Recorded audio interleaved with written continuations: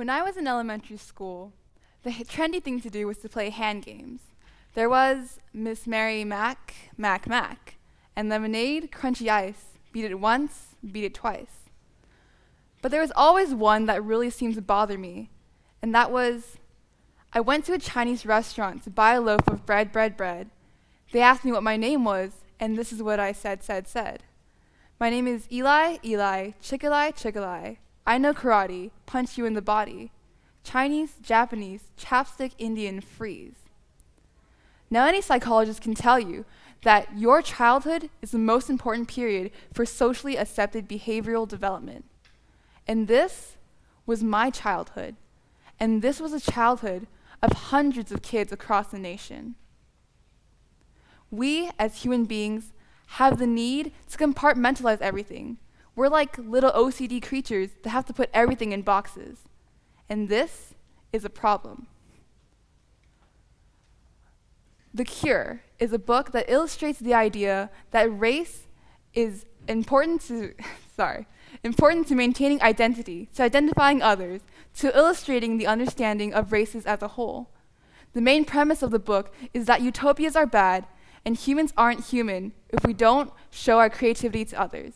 But what I want to focus on is the fact that everyone in the book wears a mask, and that mask hides their physical appearance. Why? Because personal identity is dangerous.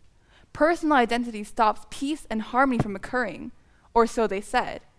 Because individuals don't conform. Individuals start revolutions.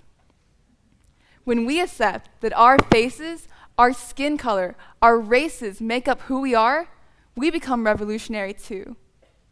Which brings me to my first point. Be proud of your roots. Recently, I went to a leadership conference, #APYLP, and there they told me to draw a tree. And they said, in the branches, write about your future. In the trunk, write about your present. And in the roots, write about your past. And as I was sitting there, I was thinking about ancestry, and not like Ancestry.com where you look up your past family members in the 1600s, which, by the way, doesn't actually apply to Asians because of certain reasons that have to do with westernization. Cough, cough. Ancestry has to do with your history, where you're from, your landmarks, your mythology. These make up your roots.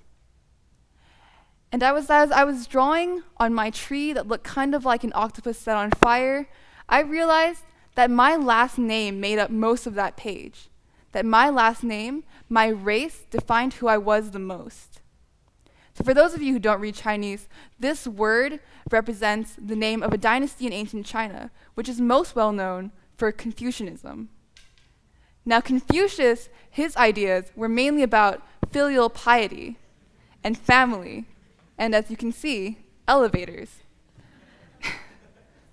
The thing about Confucianism is, however, that it embodies all the Chinese ideals. And I was Chinese, but I found myself denying my ancestry, denying my family, denying my people. And why? Because I was ashamed.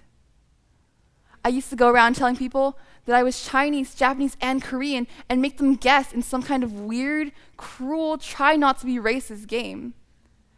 When people asked me what I was, I'd say American.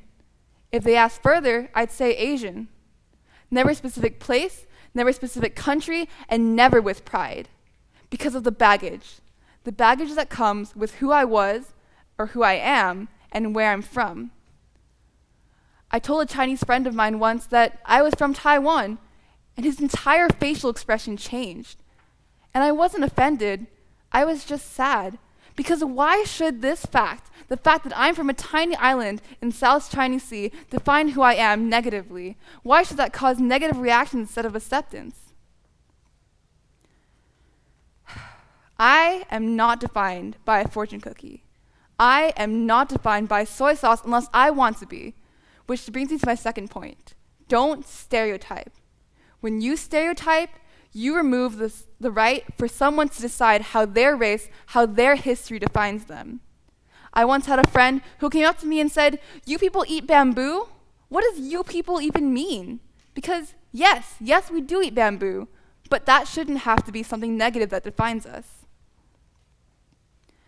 When we stereotype, we put on masks, because stereotype is judgment. Stereotyping is bullying of a people for not being like you. It's being afraid of being different, because different is a good thing, and we just don't realize it yet. Now, a lot of my friends stereotype, actually, and they don't know it, because all of them want me to have a Chinese wedding, and one of them went so far as to go on a Chinese dating site and look for a future husband. And I was like, what? I don't want a Chinese wedding. And they were like, of course, it's your duty as a Chinese person. Another time, I was at Walmart, and a lady came up to my family and started screaming screaming at us to go back to where we came from. And she didn't mean Cerritos. It's the little things and the big things that make up racial stereotyping. And if we can't combat it, what can we do?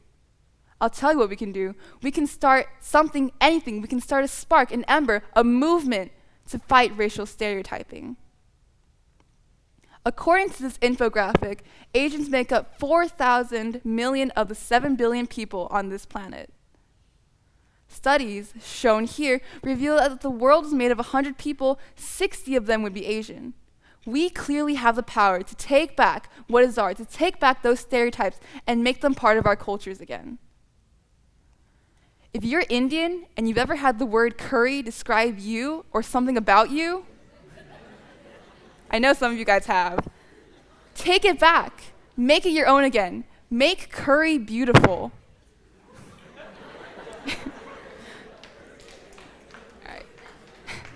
Show the world that India is more than saris and Bengals and elephants, that you are beautiful. If you're Korean and all your friends can say about your race is dramas and kimchi, be like, yeah, dramas and kimchi. And then show them that you're more than just that you have a people, you have a mythology, you have a long heritage of culture that deserves to be shown to the world, because you too are beautiful.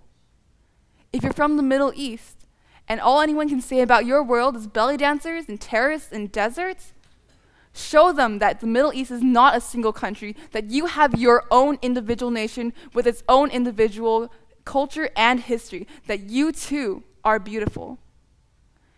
And if you've ever had someone come up to you and discriminate against you, if you're Taiwanese, Chinese, Shanghainese, and someone's come up to you and pulled on the sides of their eyes, if they've ever said ching chong to you, if they've ever exclaimed gung hei fat choi for no apparent reason, smile and thank them for their contributions to society.